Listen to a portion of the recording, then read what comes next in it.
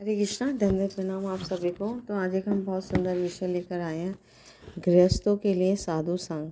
तो क्योंकि जो गृहस्थ होते हैं वो घर में मैक्सिमम अधिकतर समय रहते हैं, तो उनके पास जो है वो बहुत कम समय होता है आत्म साक्षात्कार के लिए, क्योंकि उतना व्यस्त जीवन होता है। तो हम जो ब्रह्म अद्वैत गौड़ी संप्रदाय से संबंधित है, तो इस्कॉन जैसी संस्था में हर गृहस्थ जो है वो साधु है, क्योंकि जो भगवान की भक्ति में संलग्न है, भगवान की सेवा में लगता है, चाहे वो गृहस्थ आश्रम में हो या किसी भी वर्ण आश्रम में है, वो साधु ही माना जाता है। तो साधु का अर्थ यह नहीं है कि गेरुए कपड़े में हो कोई व्यक्ति, लंबी सफ़ेद दाढ़ी हो या जटाधारी हो। साधु की परिभाषा जो है भगवान श्री कृष्ण भगवद गीता में करते हैं। अपि चेत सुदुराचारो भजते माम अनन्य भाव साधुरेव स मंतव्य सम्यक व्यवस्थितो ही सा। यदि कोई जघन्य से जघन्य कर्म भी करता है, किंतु यदि वह भक्ति में रत रहता है तो उसे साधु मानना चाहिए, क्योंकि वह संकल्प में अडिग रहता है। तो इस्कॉन जैसी संस्था है या भगवान से चली आ रही 4 संप्रदाय हैं जो प्रामाणिक हैं, उसमें भक्त लोग जो होते हैं वो 4 नियमों का पालन करते हैं, वो सदाचारी होते हैं। तो अगर कोई भगवान को अनन्य भाव से भजता है, यानी कि भगवान श्री कृष्ण ही मेरे परम आराध्य हैं, है ना, तो वो साधु ही है, भगवान उसे साधु ही मानते हैं। तो नारद मुनि भी नारद पंचरात्र में अनन्यता की परिभाषा देते हैं। अन्य आश्रय परित्यागो अनन्यता। भगवान श्री कृष्ण के बिना किसी और की अपेक्षा नहीं करनी चाहिए, किसी और की भक्ति नहीं करनी चाहिए। ना अन्य अनन्य मीन्स अन्य का अर्थ है ज़्यादातर दूसरे देवी देवता या नेता या कोई भी। तो भगवान श्री कृष्ण की जो अनन्य भक्ति करता है उसे हम साधु कहते हैं, और भगवान भी इसकी पुष्टि करते हैं। तो हमारी संस्था इस्कॉन संस्था में ज़्यादातर लोग गृहस्थ हैं, तो साधु लोग गृहस्थ हैं। बाद में भगवान कहते हैं कि भगवद गीता 9:31 में कहते हैं, क्षिप्रम भवति धर्मात्मा शश्वत शांतिम निगच्छति कौन्ते प्रति जाने ही ना में भक्ता प्रणश्यति। तो वह व्यक्ति तुरंत धर्मात्मा बन जाता है, स्थायी शांति को प्राप्त होता है। एक कुंती पुत्र, निडर होकर घोषणा कर दो कि मेरे भक्त का कभी विनाश नहीं होता। तो किसी भी वर्ण में है, किसी भी आश्रम में, अगर वो भगवान श्री कृष्ण की भक्ति कर रहा है व्यक्ति, तो वो उसका कभी भी विनाश नहीं होगा, ऐसे भगवान कहते हैं। तो अगर भक्त से कभी भूल चूक हो जाती है या पतन हो जाता है, तो वो तुरंत संभल जाते हैं और भक्ति फिर से शुरू कर देते हैं, क्योंकि भगवान उनकी हमेशा रक्षा करते हैं। तो इस संसार में, है ना, संसारिक गृहस्थों को साधु संग की ज़रूरत होती है। तो गृहस्थों को, साधुओं को, वरिष्ठ वैष्णव को या भक्तों को अपने घर पर हमेशा, है ना, आमंत्रित करते रहना चाहिए।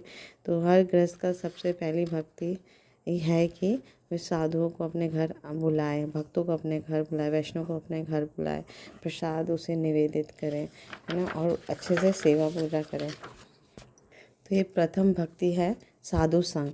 तो जब साधु घर पर आते हैं तो उनका स्वागत सत्कार अच्छे से करना चाहिए, अलग अलग रूपों से स्वागत करना चाहिए, है ना। तो एक विशेष आकर्षण होता है जब हम साधुओं की अच्छे से स्वागत करते हैं। तो जब तक हमारे साथ साधु रहते हैं, है ना, शुद्ध भक्त रहते हैं, तो वो हमें प्रेम से हमें कई चीज़ें सिखा देते हैं, क्योंकि उनका एकमात्र कार्य जो होता है भगवान श्री कृष्ण की भक्ति का प्रचार करना। तो हमें लोभ करना चाहिए है कि आनंद का, सुख का, शाश्वत आनंद का। तो जब भगवान श्री कृष्ण की हम भक्ति करेंगे तभी हमें दिव्यता या शाश्वत सुख मिलेगा, उससे हम संतुष्ट हो जाएंगे, तृप्त हो जाएंगे, तो हमारे जीवन में आनंद ही आनंद रहेगा। तो श्रीमद् भागवतम में भी, है ना, प्रथम अध्याय में सबसे पहला प्रश्न जो है शौनक आदि ऋषि करते हैं कि कैसे आत्मा को पूर्णतया आनंदित किया जाए, तुष्ट पुष्टि संतुष्टि दिया जाए, कैसे जीव को क्या करने से आनंद मिलेगा। तो इसके उत्तर में शील सूत गोस्वामी बहुत सुंदर श्लोक कोट करते हैं। स वै पुंसां परो धर्मो यतो भक्तिरधोक्षसे अहेतुके अप्रतिहता ययात्मासु प्रसीदति। भागवतम 1-6। जन जमाने का परम धर्म है कि अध्यक्ष श्री कृष्ण की वह भक्ति करें। वह भक्ति कैसी होनी चाहिए? किसी भी प्रकार के अपेक्षा के बिना होनी चाहिए, है ना, हमेशा सतत होनी चाहिए, जिससे आत्मा संपूर्णतया संतुष्ट हो जाए। तो ये भगवान श्री कृष्ण की भक्ति कैसे मिलेगी, तो श्री चैतन्य चरितामृत में बताते हैं भगवान कि भक्ति हमेशा साधु के संग से मिलती है, शुद्ध भक्तों के संग से ही मिलती है। साधु संग कृष्ण भक्ति श्रद्धा ज्योति होए, भक्ति फल प्रेम है संसार जाए क्षय। यानी भगवान श्री कृष्ण का भक्ति हमें साधु संग से ही, अगर हम साधु संग करेंगे, क्योंकि साधु संग जो है करने से कृष्ण भक्ति में हमें श्रद्धा विकसित होती है। और जब भक्ति हमारे हृदय में उदित हो जाती है, कृष्ण प्रेम उदित हो जाता है, तो संसार के सारे दुख क्लेश नाश हो जाते हैं, है ना। कृष्ण भक्ति जन्मूल है साधु संग। तो साधु संग जो है यानी शुद्ध भक्तों का संग जो है वही कृष्ण भक्ति का जन्मूल है। तो शील भक्ति विनोद ठाकुर भी बहुत सुंदर भजन गाते हैं। शुद्ध भक्ता चरण रेणु भजन अनुकूला, भकत सेवा परम सीधि प्रेमलती करमूला। तो साधु ही हमें शुद्ध भक्ति दे सकते हैं। साधुओं के संग से ही हमारे हृदय में कृष्ण भक्ति का जन्म हो सकता है। जैसे इसके बहुत सारे उदाहरण श्रीमद् भागवतम में आते हैं। जैसे नारद मुनि अपने पहले जन्म में गंधर्व थे और उनको बाद में एक शाप मिला था, तो दासी के घर में वो पुत्र रूप में जन्मे। तो उनकी माता जो थे वो वैष्णव की साधुओं की सेवा करते थे और इसके लिए वो अपने पुत्र को भी अपने साथ ले जाते थे। तो जब नारद मुनि बालक रूप में साधु का संग करते थे, तो वे साधु जो थे वो शुद्ध भक्त थे, भक्ति वेदांत थे। तो उनका उच्छिष्ट खाने से, उनकी सेवा करने से नारद मुनि को बाद में ब्रह्मा जी के पुत्र बनने का, है ना, नारद मुनि के रूप में उनका जन्म हुआ। तो कृष्ण भक्ति का जन्म ही साधु संग है ना। तो साधुजन हमें सिखाते हैं कि हमें एकादशी तिथि का या भगवान की प्रसन्नता के लिए उपवास करने चाहिए। जन्माष्टमी या भगवान के प्राकट्य सुंदर वैष्णव तिथियों का भक्तिपूर्वक पालन करना चाहिए, है ना। तो एकादशी का अगर हम पालन करते हैं तो हमें हमारे जीवन में भक्ति का उदय हो जाता है। और आनंद, क्योंकि हम सबको आनंद ही चाहिए, है ना। आनंदमय अभ्यासात, आत्मा जो है वो आनंद स्वरूप है।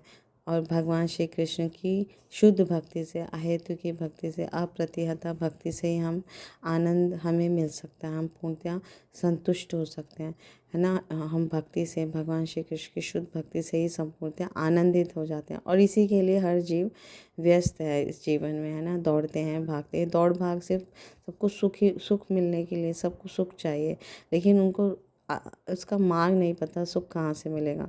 तो साधु संग हम करेंगे, साधु संग से हमें भक्ति मिलेगी, हमारा जीवन आनंदित हो जाएगा। तो भक्तों का संग हमें आनंद दे सकता है, सुख दे सकता है और श्री कृष्ण की भक्ति मिलती है। तो कृष्ण भक्ति में हमें श्रद्धा है तो हमें आगे चल के वो कृष्ण प्रेम मिलता है। तो कृष्ण प्रेम मिलने से क्या होता है, जन्म मृत्यु जरा व्याधि, इस संसार का ये जो चक्र है उसका नाश हो जाता है ना। तो श्री चैतन्य चरितामृत का बहुत सुंदर श्लोक है। साधु संग कृष्ण भक्ति श्रद्धा ज्योति होए, भक्ति फल प्रेम है संसार जाए छोए। साधु संग सर्वशास्त्र कहे, लाभ मात्र साधु संग सर्व सिद्धि है। तो सब शास्त्रों में साधु संग का महात्म्य बताया गया।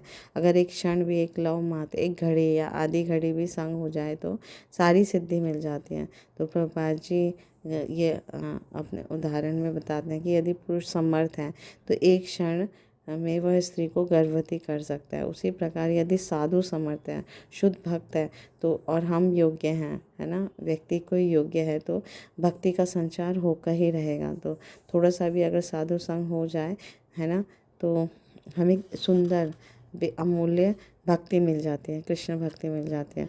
तो श्रीमद् भागवतम में 4.30.34 में भी एक सुंदर श्लोक आता है। तुल्याम लवेना पेना स्वर्गम ना पुनर्भवम भव भगवत संगी संगस्य मर्त्यानाम किमुताशिष। यदि हम लव मात्र भी साधु संग मिल जाए हमें, तो उस साधु संग की उपमा स्वर्ग जाने के बराबर है या मुक्ति के बराबर है। साधु कैसा होना चाहिए, लव मात्र संग भगवत संगी भक्त का होना चाहिए।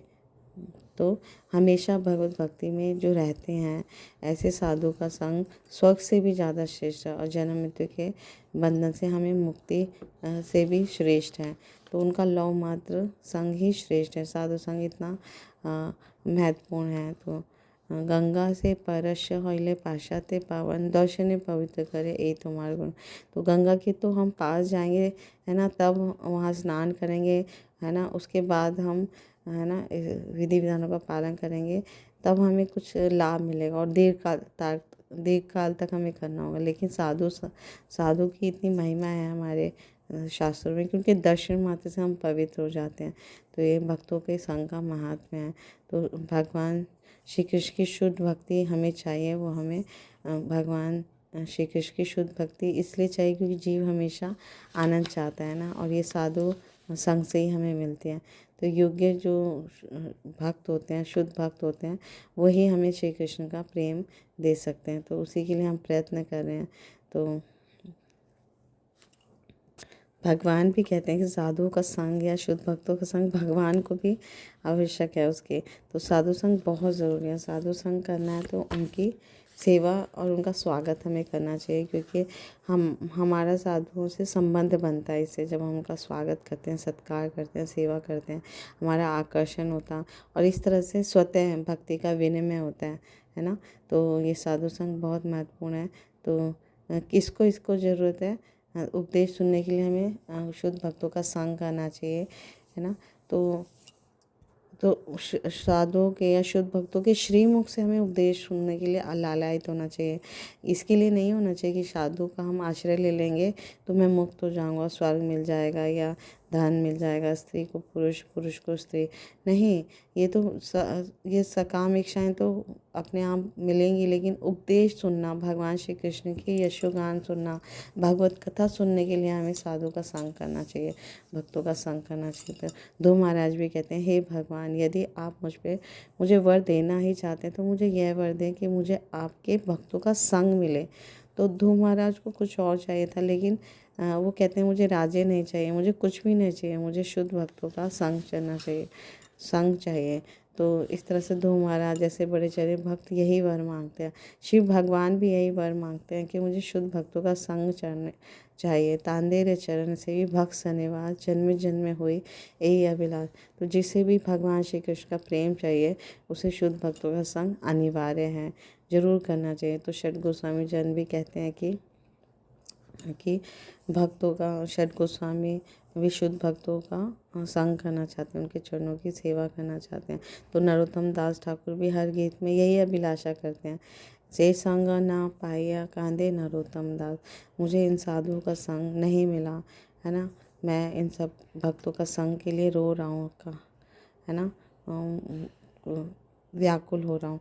तो शील भक्ति विनोद ठाकुर भी कहते हैं, कीट जन्म हऊ यथा तो या दास बहिर्मुख ब्रह्म जन्मे नाही आश।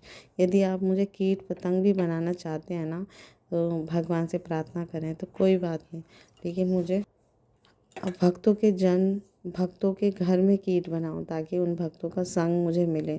तो ये साधु संग का महात्म्य है। तो प्रभुपाद जी भी कहते हैं कि ये मंदिर हमने क्यों बनवाए, ताकि वैष्णव जन एक साथ एकत्रित हों या एक साथ आएँ और भक्ति करें और साधुओं का संग करें, शुद्ध भक्तों का संग करें और अपना मनुष्य जीवन सफल बनाएं।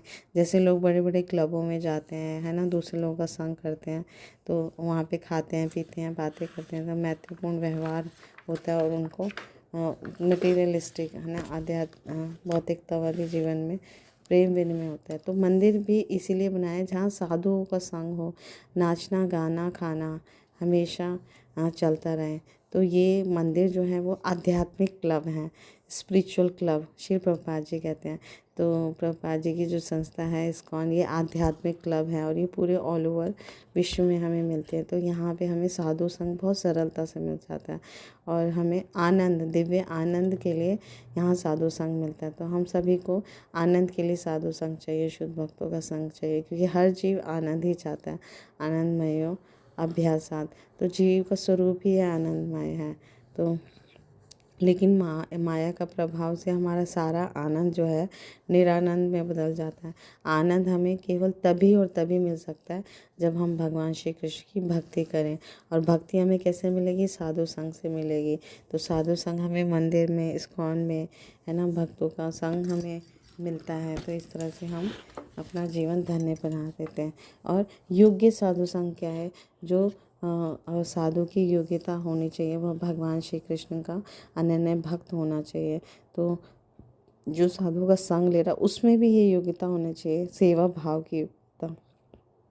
और शास्त्रों में हमारे बहुत सारे साधुओं के बड़े बड़े गुण बताए हैं, पर सबसे महत्वपूर्ण है वह भगवान श्री कृष्ण के अनन्य भक्त हो, निरपेक्ष हो, निराभिमानी हो, कम खाता हो, है ना, विषय वासना ना हो, वो सबका सुहृद हो, मित्र हो। और सबसे बड़ा गुण है वह भगवान श्री कृष्ण का शुद्ध भक्त हो।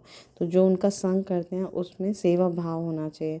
तो प्रसाद खिलाना चाहिए हमें, उस साधुओं को उपहार देना चाहिए, विनम्र भाव से साधु की हमें सेवा करके उनसे श्रवण करना चाहिए। तो वे जो भी कहते हैं हमें तुरंत करना चाहिए। तो ये हमारा योग्य क्वालिटी साधु संग होता है। तो इससे हम अपने जीवन का परम लक्ष्य बहुत सरलता से प्राप्त करते हैं। और गृहस्थों को साधु संग करना आवश्यक है। इस तरह से वो गृहस्थ भी साधु बन जाता है और अपना जीवन जो है वो अपने गृहस्थी के साथ में रह के भी अपने केंद्र में भगवान श्री कृष्ण की भक्ति को में संलग्न होकर अपना जीवन सार्थक बना लेता है, मनुष्य जन्म सार्थक बना लेता है।